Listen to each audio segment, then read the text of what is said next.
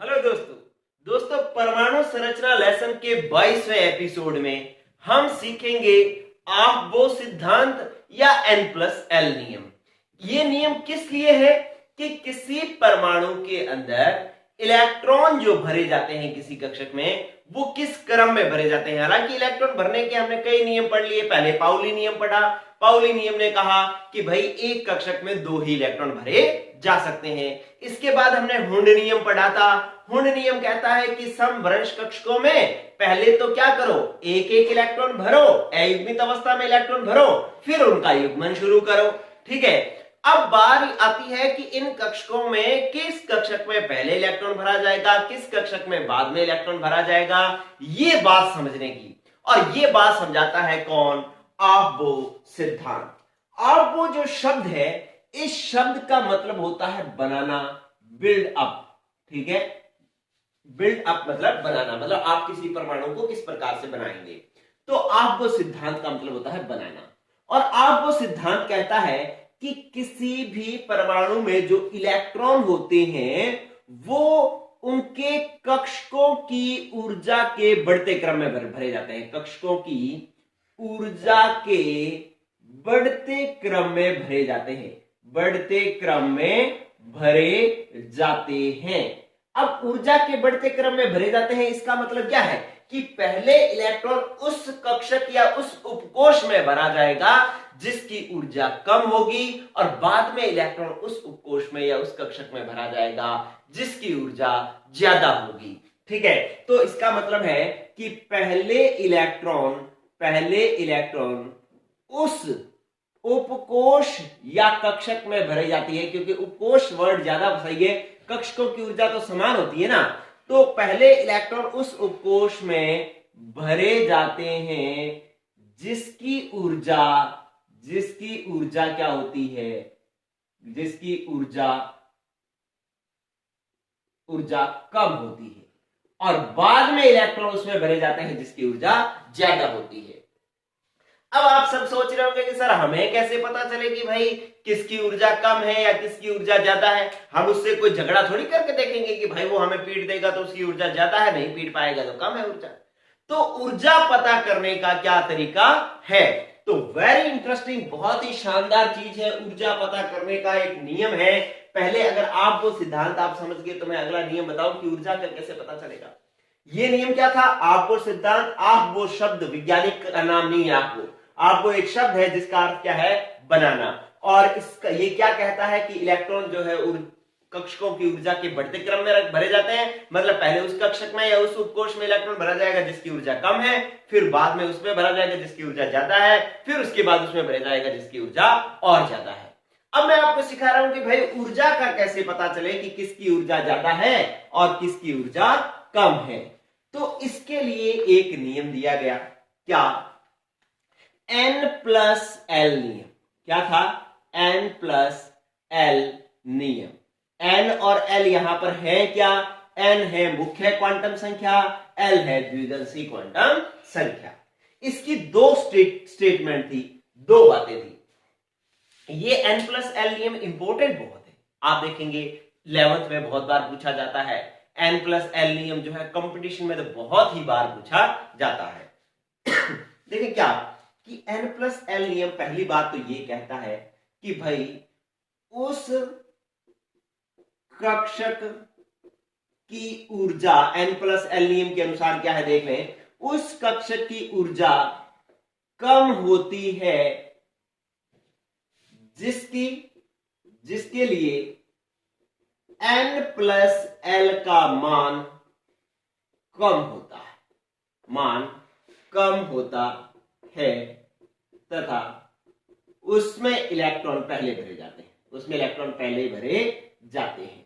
अब ऊर्जा का कैसे पता चला कि मान लो आपको 2 कक्षक दे रखे हैं तो आप उसके लिए N+L का मान निकाल लें। अगर उसके लिए N+L का मान कम आ रहा है तो उसकी ऊर्जा कम होगी और उसमें इलेक्ट्रॉन पहले भरे जाएंगे, और जिसके लिए N+L का मान ज्यादा होगा उसके लिए ऊर्जा का मान क्या होगा? ज्यादा होगा, और उसमें इलेक्ट्रॉन बाद में भरे जाएंगे। तो आपके पास अगर मान लो मैं 2 कक्षक लिख रहा हूं, एक एग्जांपल लिख रहा हूं, आपने भी पेपर में इसी तरीके से लिखना है जैसे मैं आपको लिख के दे रहा हूं। आपने एक एग्जांपल लिखा, आपने लिखा 2s और मान लो 3p, ये दो कक्षक थे। इन दोनों में से आपने बताना है कि किसमें इलेक्ट्रॉन पहले भरा जाएगा। तो आपके इसके लिए क्या करेंगे, n प्लस एल का मान निकालेंगे। n प्लस एल का मान इसके लिए कैसे निकलेगा भाई, n प्लस एल का मान निकलेगा कि 2s में n का मान बोलो, जो आगे लिखा होता है वो n का मान होता है, तो मैंने लिख दिया 2। अब s उपकोष है, s उपकोष के लिए l का मान कितना होता है, 0। आपको याद है ना क्या था कि s p d f, और इसके लिए l का मान होता था 0, 1, 2 और 3। ठीक है, तो अभी हमारे पास s है तो क्या हो गया 0, तो n हो गया 2, s l का मान हो गया 0, s के लिए l का मान कितना था 0, तो जोड़ लगाया कितना आया 2। इसमें n का मान जो पहले लिखा हुआ है वो n का मान मतलब 3, p के लिए l का मान कितना होता है 1, और 3 प्लस 1 कितना हो गया 4, तो इसलिए इसके लिए n प्लस एल का मान 4 है और इसके लिए n प्लस एल का मान 2 है। तो इसका मतलब हो गया कि इसकी ऊर्जा क्या हो गई भाई, ज्यादा। जिसके लिए n प्लस एल का मान ज्यादा उसकी ऊर्जा ज्यादा, जिसके लिए n प्लस एल का मान कम उसके लिए ऊर्जा कम। तो इलेक्ट्रॉन पहले इसमें भरा जाएगा, इलेक्ट्रॉन पहले इसमें भरा जाएगा और इसमें इलेक्ट्रॉन बाद में भरा जाएगा। ये बात हमें समझ में आ गई। अब दूसरी स्टेटमेंट ये क्या कहता है, पहली स्टेटमेंट सबको समझ में आ गई कि जिसके लिए n प्लस एल का मान कम हो, और n प्लस एल का मान निकलता कैसे है वो भी मैंने आपको सिखा दिया। अभी मैं इसमें लास्ट में क्वेश्चंस भी पूछूंगा, देखते हैं वो क्वेश्चंस कौन बताता है। चलिए अब अपने पास नेक्स्ट जो है वो ये कह रहा है कि अगर एग्जाम्पल आपके पास ये हो, क्या एग्जाम्पल हो, जैसे आपको लिख दिया गया कि 2p और 3s, ये एग्जाम्पल है, इन दोनों में से किसकी ऊर्जा कम है। तो आप कहोगे कि सर हमें आता है, हम क्या करेंगे, n प्लस एल का मान निकालेंगे। n प्लस एल का मान कैसे निकलेगा, इसके लिए n का मान 2, इसके लिए l का मान, p के लिए l का मान कितना होता है 1, जोड़ लगाया कितना आया 3। अब इधर आओ, n का मान 3, l का मान s के लिए 0, 3 प्लस 0 3। अब क्या करें, यहां तो n और l का मान बराबर आ गया, ठीक है, तब समस्या आ जाएगी। तो इसके लिए n प्लस एल ने दूसरी स्टेटमेंट दी है, इसने कहा है कि यदि n प्लस एल का मान बराबर हो तो उस कक्षक की ऊर्जा कम होगी जिसके लिए n का मान कम होगा, जिसके लिए n का मान कम होगा। अब इसके लिए n का मान 2, इसके लिए पहले के लिए n का मान कितना आ रहा है 2, और दूसरे के लिए n का मान कितना आ रहा है 3, n प्लस एल का मान क्या है बराबर, तो इसका मतलब ऊर्जा किसकी कम होगी, जिसके लिए n का मान कम है, तो इसकी ऊर्जा जो है वो क्या होगी, ऊर्जा इसकी जो है वो कम होगी।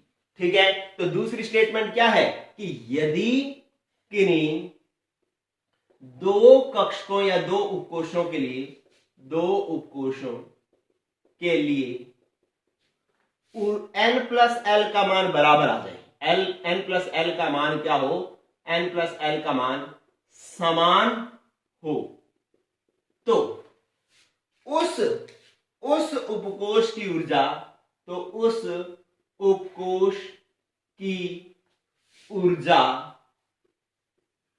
कम होती है जिसके लिए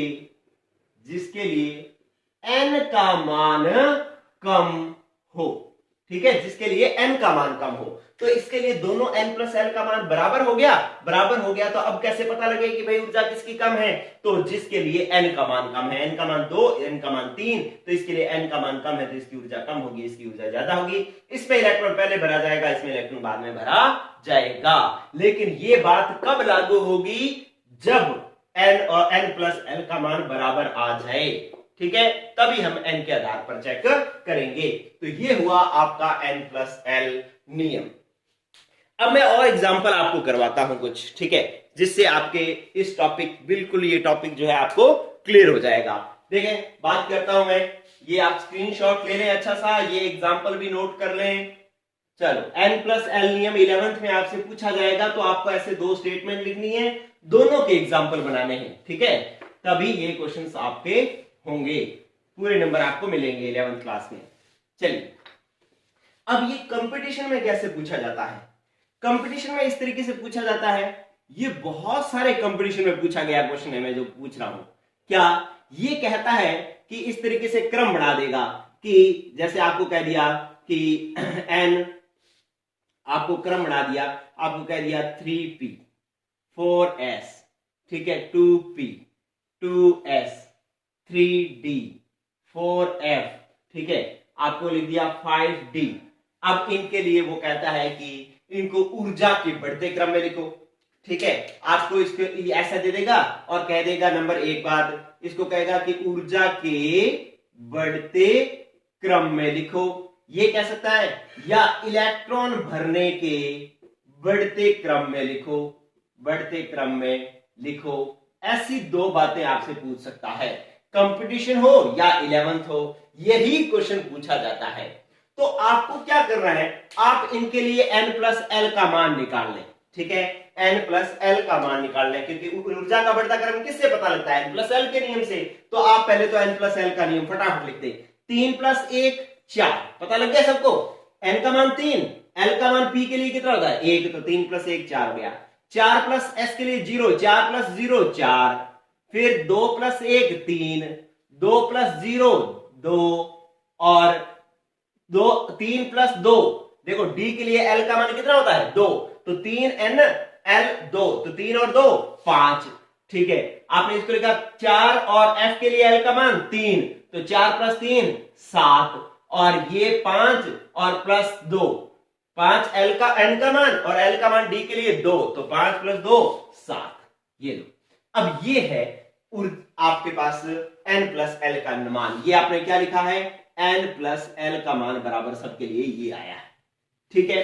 अब आप क्या करो कि ऊर्जा का बढ़ता क्रम बढ़ाना है, तो सबसे पहले उसको लिखो जिसके लिए n+l का मान कम है, तो n+l का मान 2, ये सबसे कम है, तो आप सबसे पहले तो लिखो 2s।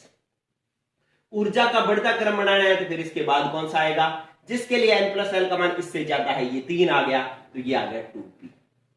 फिर 3 के बाद 4 ढूंढो, 4 ये 2 है जिनके 4 मान है।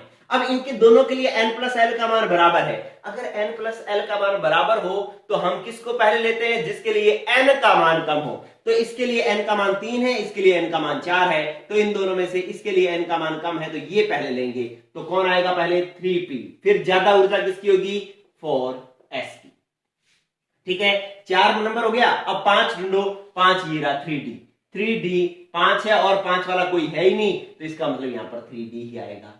फिर देखो ये आ गया आपके पास 5d और 4f, दोनों के लिए n+l का मान 7 7 है, तो इनमें से पहले कौन आएगा जिसके लिए n+l का मान कम होगा, लेकिन n+l का मान तो बराबर है, बराबर हो तो कौन पहले आएगा, जिसके लिए n का मान कम हो। इसके लिए n का मान 4, इसके लिए n का मान 5, तो पहले आएगा 4f और फिर आएगा 5d।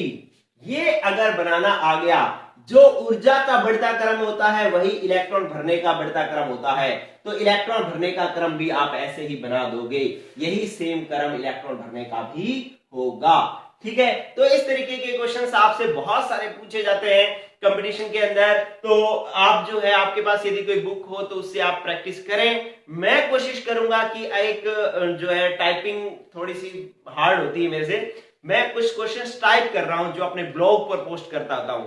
आप में से बहुत सारे बच्चे गए होंगे, ठीक है, ब्लॉग पर, और उसमें जो है आपको कंपटीशन के क्वेश्चन मिल जाते हैं, तो इसके भी मैं क्वेश्चंस टाइप करने की कोशिश करूंगा। और कमेंट में अगर पोस्ट कर मतलब कमेंट उसको टाइप कर दिए क्वेश्चन, तो मैं इस वीडियो की जो लिंक के अंदर उस ब्लॉग का जो लिंक है वो शेयर कर दूंगा, जिससे आप वहां जाकर के वो क्वेश्चंस कर सकते हैं, ठीक है दोस्तों। ये आपका सेकंड लास्ट एपिसोड था, 22वां। कल 23वां एपिसोड होगा जिसमें हम सीखेंगे इलेक्ट्रॉनिक विन्यास और चैप्टर हो जाएगा आपका फिनिश, ठीक है दोस्तों। आज के लिए इतना ही, पढ़ते रहो, गुड बाय।